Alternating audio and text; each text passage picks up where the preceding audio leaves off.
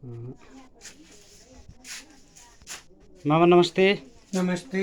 आज त्यही त हामी हाम्रो कान्छा मामा हुनुहुन्छ। म कमल छेत्री, मेरो मामा यहाँ आज यो उहाँको दिदी, ठुलो दिदीको घर र उहाँ हाम्रो माइला भान्जाको चाहिँ जुन छोरी, माइलो छोरी दुर्घटनाग्रस्त एउटा इन्सिडेन्ट या एक्सिडेन्ट भन्नु, त्यो भएर खस्दाखेरि आज 10औं दिनमा आज हाम्रो गौथार चोकिने हाम्रो कमर परिवारमा छोरीको नाम चाहिँ प्रतिका छेत्री र त्यसको लागि हाम्रो यहाँ अति आदरणीय मामा, कान्छा मामा यहाँ आज आएर उहाँले एउटा हनुमान चालिसा पाठ गर्नुहुँदैछ र क्रियापुत्रीमा मेरो दाजु यता हेर्न सक्नुहुन्छ, उहाँ माइलो दाजु यसको जुन छोरीको बाबा हुनुहुन्छ, त्यो जुन दुर्घटना पर्नु उहाँको बाबा आज 10औं दिन र यता भाउजू अलिकति अँध्यारो छ, लाइट छ नि तपाईँलाई, त्यसको लागि अलिकति हनुमान चालिसा पाठ गरौँ। उहाँ अति नै आदरणीय, एकदम एक्सपिरियन्स, उहाँले हरेक कुराको नलेज हुने हाम्रो मामा हुनुहुन्छ आदरणीय र उहाँले कतिवटा बाणीहरू यस्तो गर्दा यस्तो हुन्छ, एउटा सान्तवना, धेरै किसिमका समारोहतिर गएर खाँडो जगाउने जस्ता श्लोक हान्नु उहाँ एकदमै एक्सपिरियन्स, पुरानो हरेक कुराको नलेज हुने हाम्रा रिटायर्ड टिचर भनौँ, पूर्व शिक्षक हुनुहुन्छ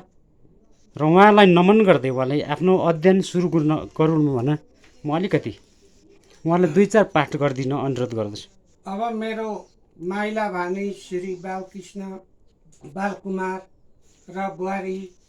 लगायत सम्पूर्ण मेरा भान्जा भान्जीहरूमा नमन गर्दै भानिजमाथि अबदेखि यस्तो खालको दुर्घटना भानिजलाई मात्रै होइन सबैलाई नलागोस्, नानीहरू पनि यसरी दुर्घटनामा परेर नजाउन्, अनि धन्धुकारीहरू जो भए पनि, धन्धुकारीले लगे पनि, यमराजले लगे पनि, या त उहाँकै भाग्यमै त्यति लेखेर आएको छ र लगे तापनि त्यो नातिनी गई र त्यसले शोक सन्ताप मनाउँदै म यहाँ अलिकति सङ्कट मोचन हनुमान चालिसाबाट सङ्कट मोचन यन्द छन्द पढिरहेको छु। हजुर, 2 लाइन भए पनि तपाईँले यसो सुरुवात गरिदिनुहोस्। बाल समय रवि भय भक्ष्य लियो, तब तिनु लोक भयो अँधियारो, त्यहीँ सो त्रास भयो जगको य सङ्कट काउ यो बात न टारो,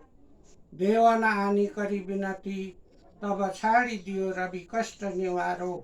कोई नहीं जानता है जग में कपि संकट मोचन नाम तिहारो, बालिकी त्रास कपीस बसे गिरी जाति महाप्रभु पंथ निवारो, चौकी महामुनि साय दियो तब चाहे कौन विचार विचार,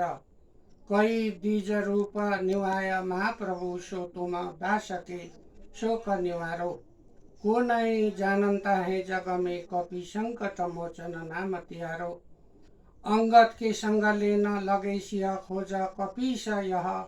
बहिन उबारो, जीविता न बचियो हमसो जो बिना सुधी त्यहाँ यहाँ प्रभु धाओ,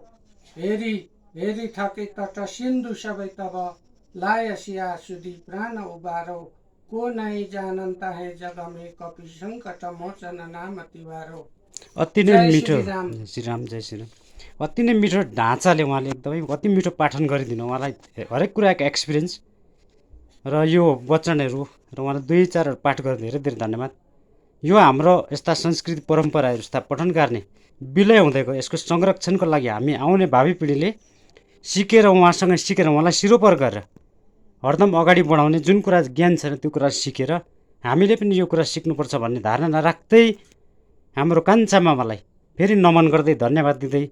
म हजुरहरूलाई बिदा लिन्छु। नमस्कार, धन्यवाद। हुन्छ मामा, नमस्कार।